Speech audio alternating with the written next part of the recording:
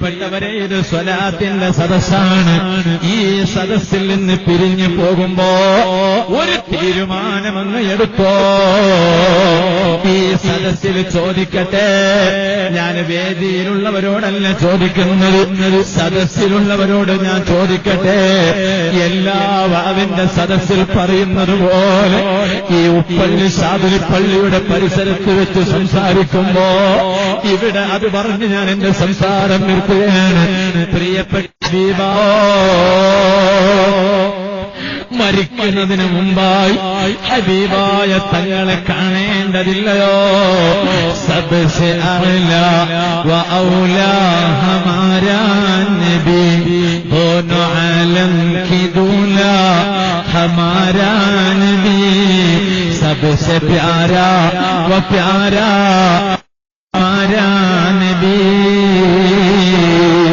I love the trees of Medina, I love the land of Medina, I love the roofs of Medina, I love the sandal of Medina, I love the persons of Medina. Medina മുഴുവനും ഞാൻ ഇഷ്ടപ്പെടുകയാണ്. കാരണം Medina ആരുടെ നാടാണ്? താജിദാരെ Medina സർക്കാരെ ആലും സയ്യിദേ കായിനാത്ത് മുഹമ്മദുർ റസൂലുള്ളാഹ് സ്വല്ലല്ലാഹു അലൈഹി വസല്ലം തങ്ങളുടെ നാടാണ്. ആ നേതാവിനെ മരിക്കുന്നതിന് മുമ്പായി ഒരു തവണമെങ്കിലും കണ്ടില്ല എന്ന് കണ്ട പാപ്പമാരെ 60 വർഷം ജീവിച്ചിട്ട് കാര്യമുണ്ടോ? ചെറുപ്പക്കാരെ 35 കൊല്ലം ജീവിച്ചിട്ട് കാര്യമുണ്ടോ? കൊച്ചനുജന്മാരെ 15 വർഷം ജീവിച്ചിട്ട് കാര്യമുണ്ടോ? ഈ സ്വലാത്തിന്റെ സദസ്സിൽ നിന്ന് പിരിഞ്ഞു പോകുന്നതിന് മുമ്പ് ആ നേതാവിന്റെ പുള്ളിപ്പേരമക്കളിരിക്കുന്ന സദസ്സിൽ, സ്വലാത്തിന്റെ വാർഷികം നടക്കുന്ന സദസ്സിൽ, ആ നേതാവിന്റെ പേരിൽ സ്വലാത്ത് ചെല്ലുന്ന സദസ്സിൽ പിരിഞ്ഞു പോകുന്നതിന് മുമ്പ് ഒരു തീരുമാനമെടുത്തേ പറ്റൂ.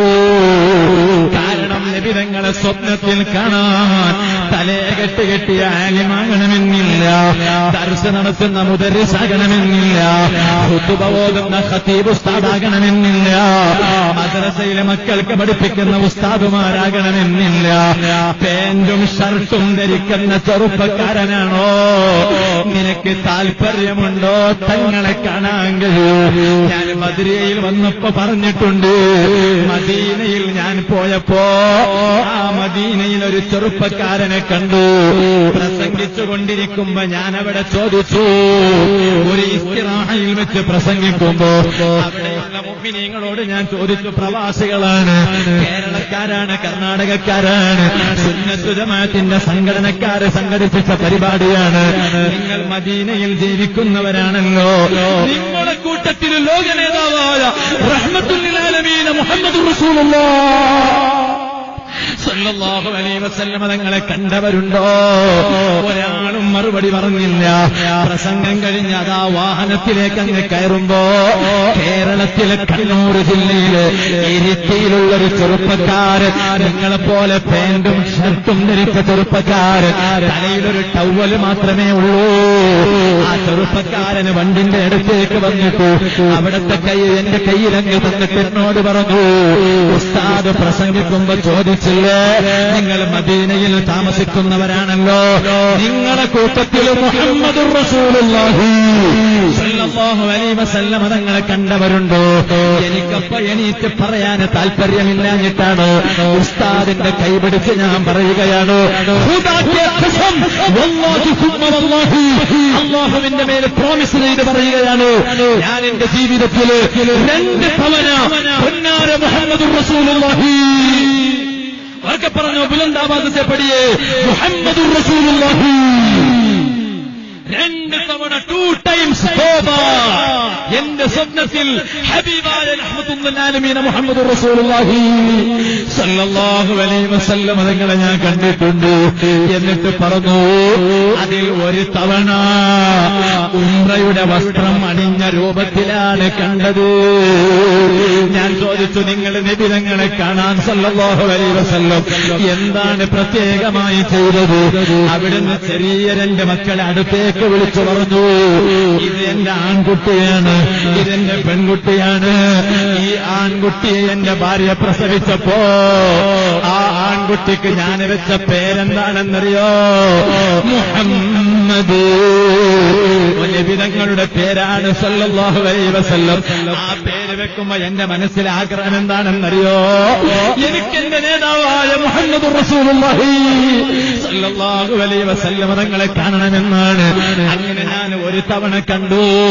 രണ്ടാമതായി എന്റെ ഭാര്യ എന്റെ പെൺകുട്ടിയെ പ്രസവിച്ചപ്പോ ആ മകൾക്ക് ഞാൻ വെച്ച പേര് അവിടുത്തെ പ്രിയപ്പെട്ട മകളായ, അവിടുത്തെ പ്രിയപ്പെട്ട കരളിന്റെ കഷ്ണമായ ബീവി ഫാത്തിമത്തു സഹ്റാ, ഫാത്തിമ ബീവിയുടെ പേരാണ് വെച്ചത്.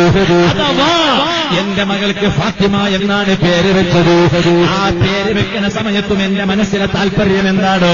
ഫാത്തിമ ബീവിയുടെ ബാപ്പയായ നബി സല്ലല്ലാഹു അലൈഹി വസല്ലം തങ്ങളെ സ്വപ്നത്തിലൊന്ന് കാണണമെന്നായിരുന്നു. അങ്ങനെ രണ്ടാമതായും ഞാൻ കണ്ടു. ചെറുപ്പക്കാരെ കണ്ടില്ലേ? തങ്ങളല്ല, മുസ്ലിയാരല്ല, ആലിമല്ല, ഖാദിയല്ല, ഖോജയല്ല, ഖോജ രാജാത്തിയല്ല, ഒരു സാധാരണക്കാരനായ ചെറുപ്പക്കാരനാണ്. നിങ്ങളെപ്പോലെ പാന്റും ഷർട്ടും ധരിച്ചു തലയിൽ തൊപ്പി പോലുമില്ല, ടവല് മാത്രമേ ഉള്ളൂ. പക്ഷേ വേർതിരിസവേ മനസ്സിൽ തല്ലി മാർഗവിത് താല്പര്യമുണ്ടായി ചെയ്തു. ഹബീബായ തങ്ങളെ കണ്ടു. അതുപോലെ കാണാൻ അല്ലാഹു നമുക്ക് തൗഫീഖ് ചെയ്യട്ടെ. അതിന് ഏറ്റവും പ്രധാനപ്പെട്ട വഴിയാണ് കഴിവിന്റെ പരമാവധി അങ്ങ് സ്വലാത്തങ്ങ് ചെല്ലണോ, ആ സ്വലാത്തങ്ങ് വർദ്ധിപ്പിക്കണോ. കഴിവിന്റെ പരമാവധി ചെറുപ്പക്കാരെ വാട്സപ്പ് ഒന്ന് തുറക്കൂ, പെങ്ങളെ ഫേസ്ബുക്ക് ഒന്ന് തുറക്കൂ. ഇപ്പൊ സുബ്ഹാനല്ലാഹ് ഉറങ്ങുന്ന സമയത്ത് സ്വലാത്തിന് നേരമില്ല. ഉറങ്ങുന്നത് വരെ വാട്സപ്പ് നോക്കിയിട്ടാ ഉറങ്ങുന്നത്. അതൊക്കെ ഒന്ന് കുറച്ചിട്ട് ഉറങ്ങുന്ന സമയത്തൊരു തീരുമാനമെടുത്തോ. ചുരുങ്ങിയത് ഒരു 100 സ്വലാത്തെങ്കിലും എല്ലാ രാത്രിയിലും ഞാൻ ഉറങ്ങുന്ന സമയത്ത് എന്റെ നേതാവിന്റെ പേരിലങ്ങ് ചൊല്ലിയിട്ട് ഞാൻ ഉറങ്ങൂ. അർഹമുർ റഹീമീനായ റബ്ബ് സാധുക്കളായ നമുക്ക് തൗഫീഖ് ചെയ്യട്ടെ.